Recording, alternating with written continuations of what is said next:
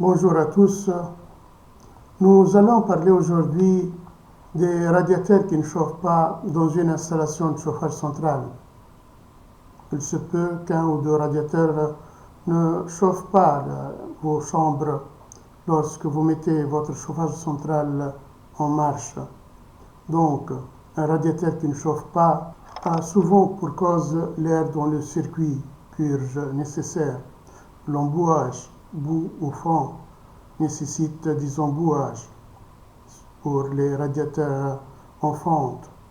Donc, un robinet thermostatique bloqué ou mal réglé, une pression de chaudière trop basse, une pompe de circulateur qui est faible, donc elle ne fonctionne pas correctement. Donc, pour commencer, il faut commencer par purger les radiateurs. Donc, l'air dans le radiateur, froid en haut, chaud en bas. Donc, solution purge de radiateur pour évacuer l'air dans l'installation. Embouage pour les radiateurs en fonte. Donc, ce n'est pas le cas pour ceux qui ont des radiateurs en aluminium ou en acier.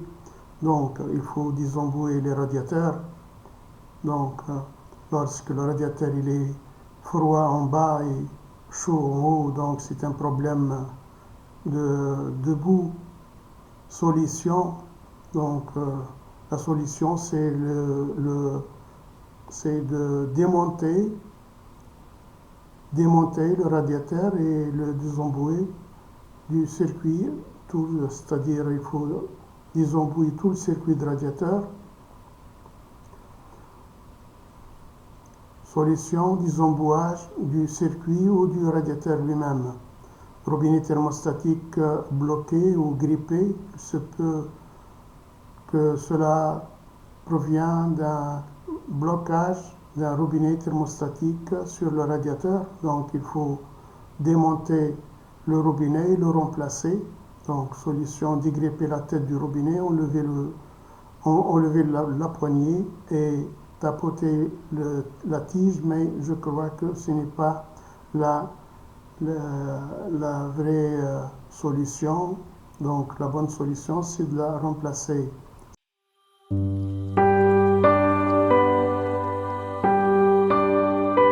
Si elle est grippée, elle va se gripper à chaque fois, donc il vaut mieux la remplacer. Pression de la chaudière basse. Oui, lorsque la pression dans la chaudière descend sous un bar, donc il se peut que des radiateurs ne peuvent pas fonctionner correctement, ne peuvent pas donner un bon rendement calorifique, donc il faut ajouter de l'eau, augmenter la pression dans la chaudière, dans l'installation, pour que tous les radiateurs fonctionnent correctement. Un mauvais équilibrage de réseau, oui, il se peut. Donc, généralement, les derniers radiateurs dans l'installation fonctionnent moins que les radiateurs qui sont les plus proches de la chaudière.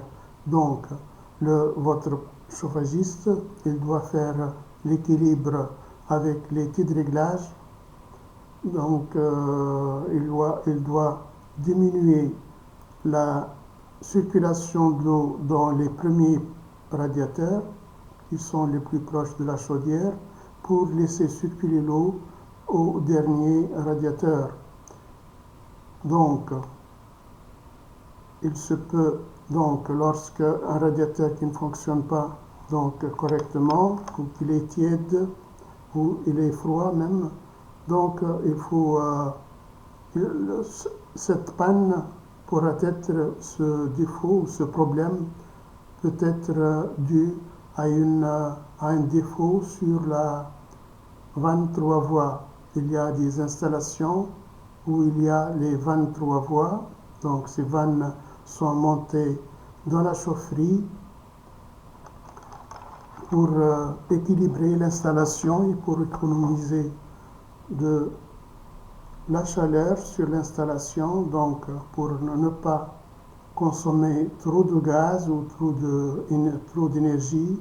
Donc la 23 voies laisse passer l'eau venant de la conduite de départ de la chaudière et elle fait passer l'eau sur la conduite de retour. Donc elle retourne une partie, une quantité d'eau fait le retour dans la chaudière et cela pour économiser de l'énergie de l'installation. Donc les vannes motorisées aussi, c'est une 23 voies qui est motorisée. Elle s'ouvre à moitié ou à trois quarts ou elle s'ouvre à 100%. Donc pour laisser circuler l'eau dans l'installation avec c'est un cerveau qui commande cette vanne. Voilà, donc il se peut que ce problème provient aussi de la vanne qui soit bloquée. Donc elle va freiner la circulation d'eau dans l'installation. Donc pour cela, donc, si le problème n'est pas résolu après avoir fait la purge du radiateur et contrôler la vanne thermostatique du radiateur, donc contrôler aussi la pompe. La pompe, elle peut être vieille, donc elle ne fait pas circuler correctement l'eau dans l'installation. Donc vous pouvez contrôler la 23 voies si vous en avez une. Donc il faut la contrôler si elle fonctionne correctement ou non. Sinon il faut la remplacer. Voilà.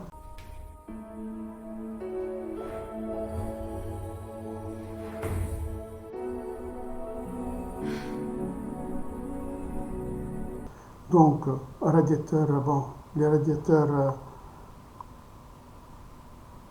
ils doivent être donc voilà, donc il y a 3 ou 4 possibilités. Donc si votre radiateur il est chaud en haut et froid en bas, donc cela provient des bouts qui sont au fond du radiateur, donc il faut faire une opération de désembouage. C'est le cas des radiateurs enfants, donc ce problème ne se pose pas dans les installations avec des radiateurs en aluminium ou en radiateur en acier. Donc, si votre radiateur il est chaud en haut, donc plutôt si votre radiateur il est froid en haut et chaud en bas, présence d'air, donc c'est facile de purger le radiateur, mais il faut faire attention, ne pas tourner trop le vis de purge. Donc les tuyaux froids, radiateur froid aussi, ou bien la pompe est grippée, donc il faut la dégripper, enlever le bouchon sur la pompe et tourner l'axe de la pompe dans les deux sens pour le débloquer. Donc, troisièmement, dernier radiateur froid. Donc ici, c'est un mauvais équilibrage. Donc il faut faire l'équilibrage par un technicien. Il doit, comme on a dit, fermer un peu les radiateurs qui sont plus proches de la chaudière pour laisser passer l'eau au dernier radiateur. Voilà, donc tous les radiateurs sont froids, là c'est un problème de circulateur. Donc si la chaudière fonctionne pour quelques secondes puis elle s'arrête, donc là c'est un problème, vous avez un problème de pompe circulateur. Même si vous essayez de la débloquer, elle ne marche pas, elle ne fonctionne pas, elle ne démarre pas, donc dans ce cas il faut la remplacer. Voilà, donc ce sont 4 ou 5 solutions pour les problèmes d'un radiateur tiède ou un radiateur qui ne fonctionne pas carrément. Voilà, donc si vous trouvez le contenu de cette vidéo intéressant, partagez-la, abonnez-vous et mettez un j'aime. Merci pour votre attention.